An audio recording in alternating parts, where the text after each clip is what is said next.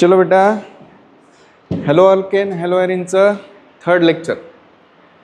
आपण मागच्या लेक्चरमध्ये nomenclature of haloalkanes and haloarenes पाहिलं होतं ना. तर त्याच्यामध्ये दोन एक्झाम्पल्स डाय हॅलो अल्केन्सचे सांगतोय.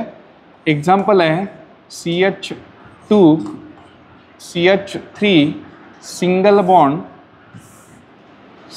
Bond CH Cl. बघा, हा डायहॅलो अल्केनचा प्रकार, ह्याला म्हणतो आपण जेमिनल डायहॅलाइट. याचं नाव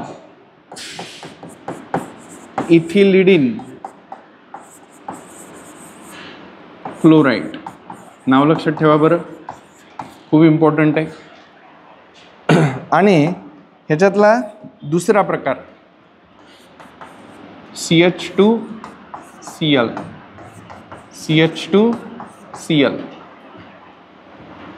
ह्याला म्हणतोय विसिनल डायहॅलाइड.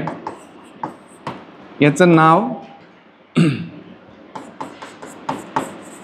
इथिलीन डायक्लोराइड. हे शेवटचे दोन एक्झाम्पल्स राहिले होते, ते कव्हर केले. इम्पॉर्टंट आहेत, कधीही परीक्षेमध्ये विचारले जाऊ शकतात. नावात कन्फ्युजन होतं, ह्या दोघांपैकी कोणाला तरी एकाला लक्षात ठेवा, आहे की नाही. या ठिकाणी इथिलिडिन क्लोराइड आहे, इथं आहे इथिलीन डायक्लोराइड. ओके. आता पुढचा पॉईंट विद्यार्थी मित्रांनो, हॅलो अल्केन हॅलो एरिन टॉपिकमध्ये आपल्याला बघायचं आहे nature of carbon halogen bond. आता आपल्याला माहिती आहे की इथं कार्बन आणि हॅलोजनमध्ये बॉन्ड फॉर्मेशन झालेलं आहे. इकडं सपोज काहीतरी हायड्रोजन्स असतील. ओके विद्यार्थी मित्रांनो, कार्बन sp3 हायब्रिडाइज कार्बन आहे, हॅलोजनसोबत बॉन्ड फॉर्मेशन करतोय. ह्याच्यामध्ये हॅलोजनची इलेक्ट्रोनिगेटिव्हिटी कार्बनपेक्षा जास्त, म्हणून बॉन्ड पेयर्स हा हॅलोजन स्वतःकडे जास्तीत जास्त ओढणार इंडक्टिव्हली. म्हणून हॅलोजनवरती येणार डेल निगेटिव्ह चार्ज, कार्बनवरती येणार डेल पॉझिटिव्ह चार्ज. कार्बन या ठिकाणी विद्यार्थी मित्रांनो +I इफेक्ट दाखवतो आणि हॅलोजन या ठिकाणी विद्यार्थी मित्रांनो -I इफेक्ट दाखवतो. ह्या इलेक्ट्रॉनच्या ओढाताणीमध्येच हा जो कोव्हॅलंट बॉन्ड आहे हा पोलार कोव्हॅलंट बॉन्ड होतो.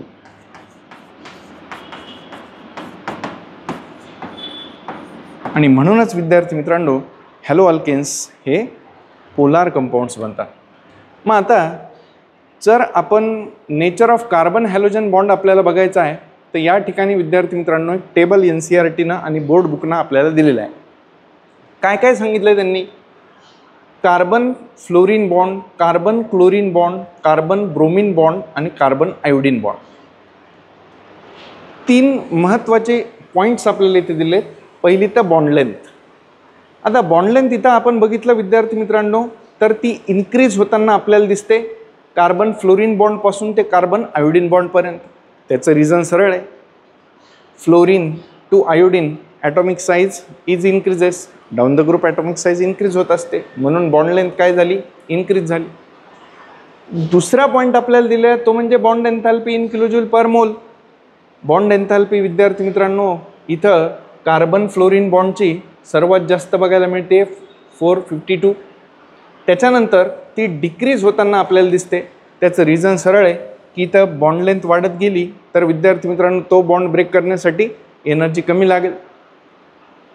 त्याच्या पुढे एक महत्त्वाचा पॉईंट दिला, that is the dipole movement.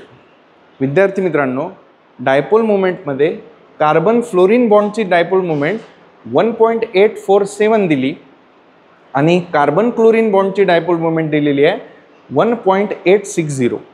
आता डायपोल मुवमेंट ही विद्यार्थी मित्रांनो कार्बन क्लोरीन बॉन्डची जास्त आली, कोणापेक्षा, कार्बन फ्लोरीनपेक्षा. त्याचं रिझन आहे की क्लोरीनची इलेक्ट्रॉन ॲफिनिटी ही फ्लोरीनपेक्षा जास्त असते. नीट समजून घ्या बरं का, या ठिकाणी काय कन्फ्युजन होतंय, फ्लोरीन क्लोरीन सगळं एकच ऐकू येतंय.